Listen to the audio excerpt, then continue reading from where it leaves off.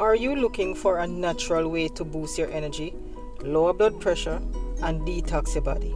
Well, this vibrant red drink right here is the secret weapon: beet juice. Beet juice is packed with flavor and nutrients. Alright, let's talk about why beet juice is so powerful.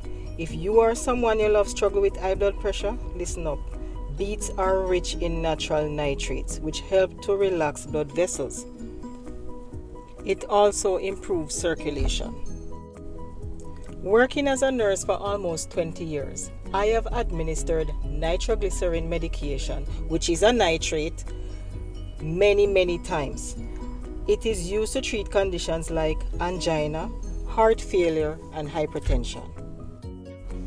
Another benefit of beets is that it boosts energy and stamina. So if you're feeling sluggish, before you grab that cup of coffee, just try some beet juice instead. The natural nitrates increase oxygen flow to your muscles, meaning that you get more energy, better workout, and less fatigue. So no crash, no jitters. Beets also support liver detox and glowing skin. So our bodies work hard to detox, but sometimes they need a little help. Now, beets contain betalains, which support liver function and flush out toxins. So the result is better digestion, clearer skin, and an all-natural detox. Now, I suggest you cut up the beets into manageable chunks for the type of blender you have.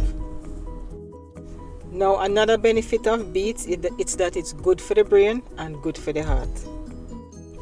Now, did you know that beet juice can actually sharpen your memory and reduce the risk of dementia?